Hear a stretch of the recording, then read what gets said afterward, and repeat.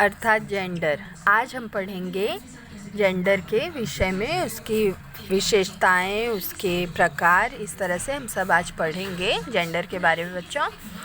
तो हम देखते हैं जेंडर क्या है। व्याकरण के नज़रिए से लिंग, जेंडर किसे कहते हैं वो हम जानते हैं आज।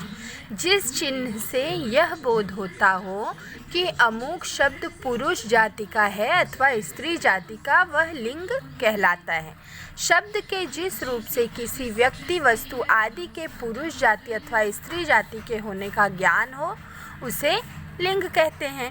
जैसे बाघ, बाघिन, लड़का, लड़की इत्यादि। इनमें बाघ और लड़का पुल्लिंग है तथा बाघिन और नारी स्त्रीलिंग है। तो इस तरह से हमें पता चलता है कि जेंडर, लिंग किस तरह से परिवर्तित होते हैं और किस तरह से हम लिंग परिवर्तन कर सकते हैं। लिंग के कौन कौन से भेद होते हैं, यहाँ हम देखते हैं लिंग के भेद। तो पहला होता है पुल्लिंग और दूसरा होता है स्त्रीलिंग।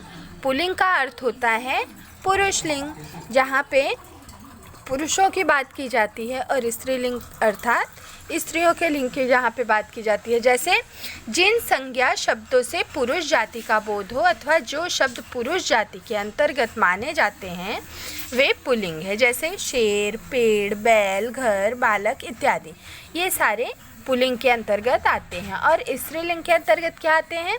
जिन संज्ञा शब्दों से स्त्री जाति का बोध हो अथवा जो शब्द स्त्री जाति के अंतर्गत माने जाते हैं वे स्त्रीलिंग होते हैं। जैसे नारी, छड़ी, गाय, घड़ी, लड़की, कुर्सी, ये सारे जो होते हैं ये सब स्त्रीलिंग के अंतर्गत आते हैं। आगे हम देखते हैं कि पुल्लिंग की पहचान हम किस तरह से कर सकते हैं। तो पहला है आ, आव, पा, पन, न। ये प्रत्यय जिन शब्दों के अंत में हो वे प्रायः पुल्लिंग होते हैं। जैसे कपड़ा, चढ़ाव, बुढ़ापा, लड़कपन, लेन देन, इस तरह से जो सारे शब्द होते हैं वो पुल्लिंग के अंतर्गत आते हैं। दूसरा देखते हैं और कैसे हम पहचान सकते हैं पुल्लिंग को। तो पर्वत, मास अर्थात महीना, वार अर्थात सोमवार, मंगलवार, जिस तरह से वार होता है, और कुछ ग्रहों के नाम, जैसे कुछ प्लैनेट्स के नेम। तो जिस तरह से हिमालय, विंध्याचल, वैशाख, सूर्य, चंद्र, मंगल, बुध, राहु, केतु, ये सारे जो होते हैं ये सब भी पुल्लिंग के ही अंतर्गत आते हैं। अब पेड़ों के नाम भी हमेशा पुल्लिंग के ही अंतर्गत आते हैं। जैसे आम, शीशम, सागौन, जामुन, बरगद इत्यादि, ये सारे पेड़ों के नाम जो होते हैं वो भी पुल्लिंग के अंतर्गत ही आते हैं। अनाजों के नाम भी पुल्लिंग के अंतर्गत ही होते हैं। जैसे गेहूँ, चावल, चना, मटर, जौ, उड़द, ये सब अनाज के जो नाम होते हैं वो भी सदैव पुल्लिंग के अंतर्गत ही माने जाते हैं। आगे हम देखते हैं कि द्रव्य पदार्थों के नाम पुल्लिंग होते हैं। द्रव्य पदार्थ जिस तरह से पानी, सोना, तांबा, लोहा, घी, तेल, ये सारे जो होते हैं वो द्रव्य पदार्थ वो पुल्लिंग के ही अंतर्गत आते हैं। और चांदी जो होता है वो अभी अपवाद में है कि मतलब उसे हम पुल्लिंग माने या स्त्रीलिंग माने, तो हम उसे ना तो पुल्लिंग मानते हैं ना स्त्रीलिंग मानते हैं, समलिंग मान लेते हैं।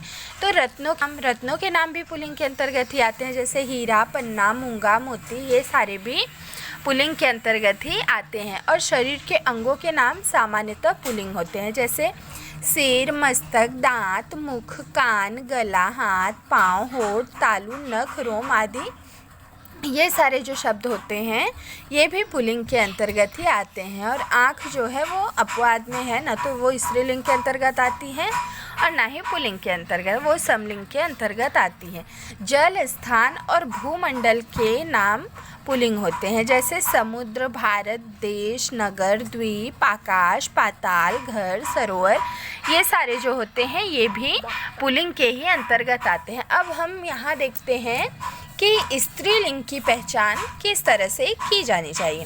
तो जिन संज्ञा शब्दों के अंत में ख होते हैं वे स्त्रीलिंग कहलाते हैं। जैसे आँख, भूख, चोख, राख, कोख, लाख, देख, रेख आदि, मतलब ख वाले जितने भी शब्द होते हैं अंत में ख लगे हुए वो स्त्रीलिंग के ही अंतर्गत आते हैं। जिन भाववाचक संज्ञाओं के अंत में ट, वट या हट होता है वे स्त्रीलिंग कहलाते हैं, जैसे झंझट, आहट, चिकनाहट, बनावट, सजावट आदि। जो ट वाले अंत में ट वाले जो शब्द होते हैं वो स्त्रीलिंग के अंतर्गत आते हैं। अनुस्वारांत, इकारांत, उकारांत, तकारांत, सकारांत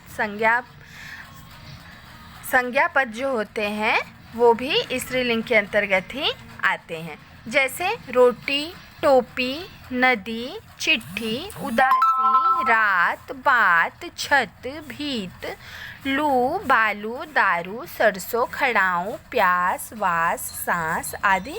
ये सारे जो अनुस्वार और उकारांत, तकारांत, अनुस्वार शब्द तो आप लोगों को मालूम है। उकारांत, तकारांत, इकारांत शब्द मतलब जिसमें चंद्र बिंदु, एक बिंदी, ये सारी जो मात्राएं होती हैं। उकारांत अर्थात ऊ की मात्रा वाले, इकारांत अर्थात ई की मात्रा वाले शब्द जो होते हैं वो सारे स्त्रीलिंग के ही अंतर्गत आते हैं। अब हम आगे देखते हैं भाषा, बोली और लिपियों के नाम स्त्रीलिंग ही होते हैं, जैसे मैथिली, हिंदी, संस्कृत, देवनागरी, पहाड़ी, तेलुगु, पंजाबी, गुरमुखी। ये सारी भाषाएं भी स्त्रीलिंग के अंतर्गत ही आती हैं। जिन शब्दों के अंत में यिका आता है ये स्त्रीलिंग होते हैं। यिका जिन शब्दों के अंत में आता है, जैसे हमने प्रत्यय, प्रत्याहार वगैरह थोड़ा सा देखा था आगे, तो वो आप लोग वीडियो देखिए तो आप लोगों को पता चलेगा। तो उसमें जो यिका प्रत्यय लगता है वो स्त्रीलिंग के अंतर्गत आती है। नदियों के नाम स्त्रीलिंग होते हैं, जैसे नर्मदा, यमुना, गोदावरी, सरस्वती। ऑब्वियसली इन सब नामों से ही हमें पता चल जाता है कि ये सब स्त्रीलिंग हैं। और तारीखों और तिथियों के नाम भी स्त्रीलिंग ही होते हैं, जैसे पहली, दूसरी, प्रतिपदा, पूर्णिमा आदि। ये सारे जो नाम होते हैं ये भी स्त्रीलिंग के ही अंतर्गत आते हैं। अब हम कुछ शब्द देखते हैं कौन से पुल्लिंग हैं और उसे हम कैसे स्त्रीलिंग में कन्वर्ट कर सकते हैं। तो यहाँ पे हम देखते हैं, यहाँ पे हम लिंग परिवर्तन करके देखते हैं। घोड़ा, घोड़े का अगर यदि हम लिंग परिवर्तन करते हैं तो क्या बन जाता है? घोड़ी। देव, देवी, दादा, दादी, लड़का, लड़की, ब्राह्मण, ब्राह्मणी, नर, नारी, बकरा, बकरी, चूहा, चुईया, चिड़िया, चिड़िया, चिड़ा, चिड़िया, बेटा, बिटिया, गुड्डा, गुड़िया, लोटा, लुटिया, माली, मालिन, कहार, कहारिन, सुनार, सुनारिन, लुहार, लुहारिन। इस तरह से आप और भी बहुत सारे वर्ड अपने मन से भी बना सकते हैं पुल्लिंग की स्त्रीलिंग में और स्त्रीलिंग के पुल्लिंग में कन्वर्ट करके लिंग परिवर्तन कर सकते हैं। आगे हम देखते हैं कि लुहार, लुहारिन, धोबी, धोबिन, मोर, मोरनी, हाथी, हाथिन, सिंह, सिंहनी। इस तरह से आप देख रहे हैं ये सारे वर्ड को एक बार ध्यान से आप लोग देख लेंगे तो वैसे भी आप लोगों को समझ में आ जाएगा किस तरह से हम पुल्लिंग के शब्दों को स्त्रीलिंग में और स्त्रीलिंग के शब्दों को पुल्लिंग में आराम से कन्वर्ट कर सकते हैं। ये भी शब्द उसी से संबंधित है, जैसे देखो चौधरी, चौधराइन, देवर, देवरानी, सेठ, सेठानी, जेठ, जेठानी, पंडित, पंडिताइन, ठाकुर, ठकुराइन, बाल, बाला, सूत, सूता, छात्र, छात्रा, शिष्य, शिष्या, पाठक, पाठिका, अध्यापक, अध्यापिका, बालक, बालिका। इस तरह से बहुत सारे शब्द होते हैं जो पुल्लिंग स्त्रीलिंग में होते हैं और स्त्रीलिंग का हम पुल्लिंग में कन्वर्ट कर सकते हैं। माता का पिता, पिता का माता, भाई का भाभी, भाभी का भाई। इस तरह से हम स्त्री को पुल्लिंग में और पुल्लिंग को स्त्रीलिंग में आराम से लिंग परिवर्तन कर सकते हैं।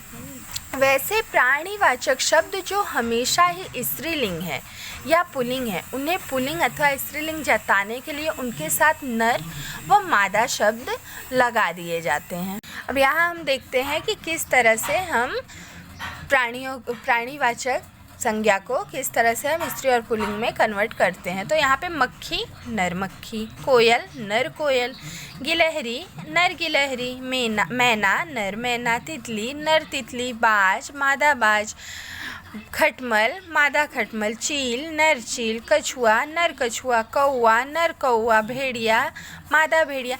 इस तरह से हमें नर और मादा शब्द लगाने होते हैं, क्योंकि हम मक्खी को मक्खिनी तो नहीं बोल सकते हैं ना, है कि नहीं।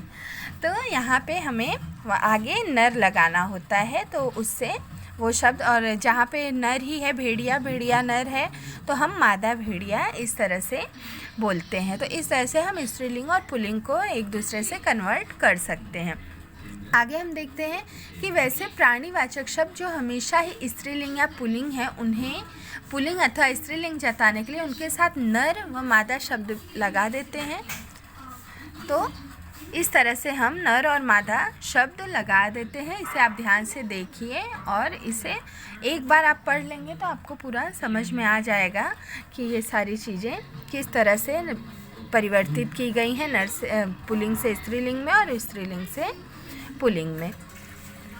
तो आज के लिए इतना ही। अगर चैनल पर नए हैं तो लाइक और सब्सक्राइब कीजिए, और आपको जो भी कन्फ्यूज़न या जो भी प्रॉब्लम हो वो हमें कमेंट बॉक्स में ज़रूर बताइए। धन्यवाद।